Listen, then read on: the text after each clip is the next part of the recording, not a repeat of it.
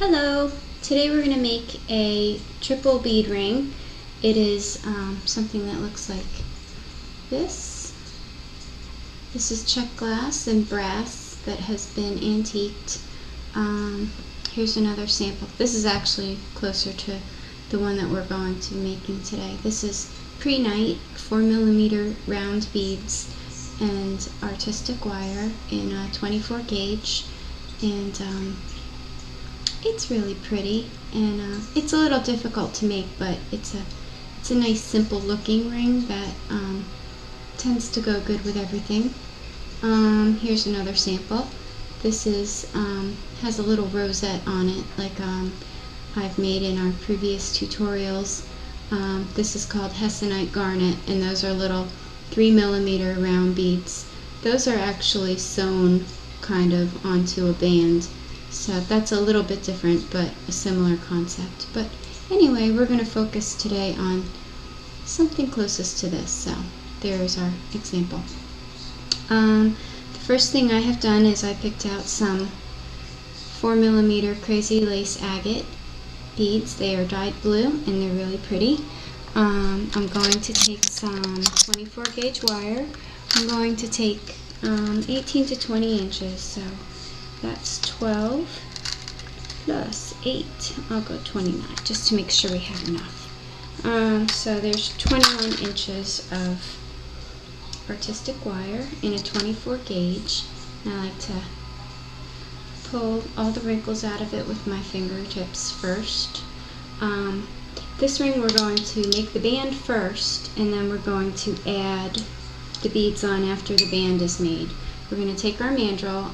We're going to start a full size bigger than what we would like. This ring is going to be a size 9, so I'm going to start the ring at a size 10, which means I may not have taken enough wire. We have our top wire and our bottom wire. I'm going to start with the top wire first, wrapping it at the 10 a couple times, and now the bottom wire I'm going to do, I think I may just do one for the bottom wire. Straighten that out a little bit. Make them even. There we go. So our band is going to be at the 10. If your wires move down at all, you can pull them back up where you need and pull on these, and that will straighten out your size. We're going to slip this right off like this.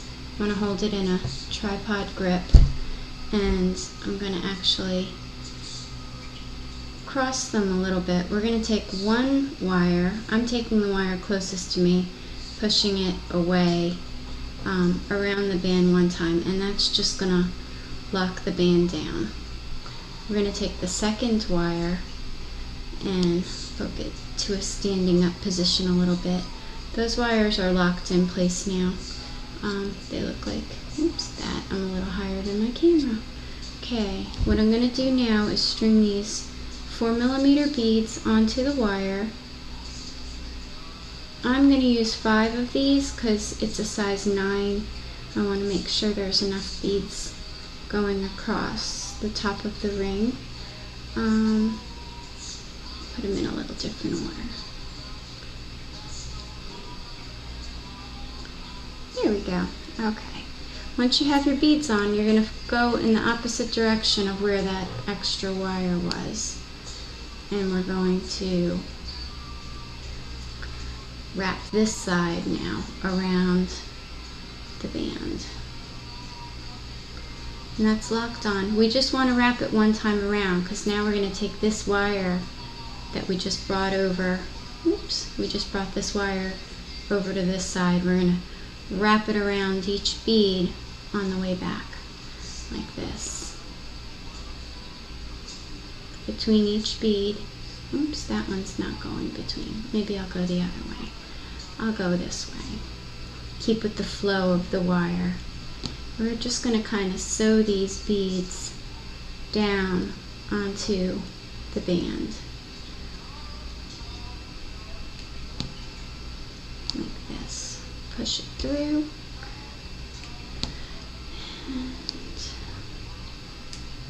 we go. The reason that we make this a size bigger than what we're aiming for is because you have wire wrapping down each side of the band, which is going to make the band itself smaller, and then we're going to have wires in underneath the beads, which is also going to make the ring smaller. Once you get that side over, you can finish wrapping the band a little bit. I'll do 3 on this side, and then we'll figure out what size we're at that point. Now we're going to take our second wire and we're going to go back over. Now you can go the opposite way to make it'll make the wires cross a little, adds a little fanciness to it. I'm not sure how to explain what I'm talking about. Actually, I think, yeah, these are going the same way. You get 2 different effects. Your wires are either going to cross each other between each bead, or they're going to go in the same direction. And mine are going in the same direction. Both are nice looks. So it's just a matter of playing around with it, and I don't want to sit here and figure it out for you while you wait. So once we wrap that second wire back over to the other side, we're going to close the band up a little bit on this side.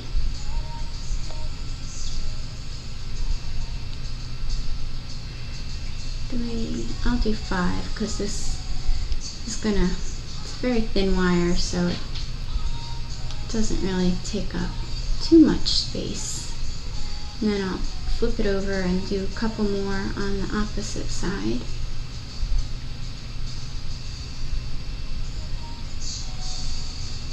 There we go. Now before we cut any wires, we're going to check our sizing with our ring mandrel. And, whoops, slipping and sliding. This is currently approximately a size 9, so we are good. I think I might make it a little smaller, and then I like to stretch them, hammer them bigger. So I'll wrap it a little bit more. Anyway, that is how you make I call it a triple bead ring, but obviously here I used 5 beads, so is that I don't even know, I know quadruple. It's about as high as I can count. So I'll trim that off in just a second. Whenever you trim your wires, you want to end with the wire on the top. Block it with your finger so it doesn't go flying. Try to trim it as close as you can to the band. This side, end it on the top, and as close as you can. Oh, get in there, you. Give it a snip. I like to run my nylon jaw pliers over the wraps, just like that. Make sure they're tucked in good. I also like to, if the wraps aren't close together, mine are pretty close. If they're not, I take my flat nose and give the whole wrap a squeeze like that, and that'll bring everything together. And there's our finished product. Isn't it lovely? Looks nice on the finger. Anyway, I can make these for you guys if you'd like to go visit my little bead store, my jewelry store. The web address is buyhappiness.us.com was already taken, so that'll lead you to my Etsy store. Anyway, I hope you guys have a great afternoon. Thank you for watching.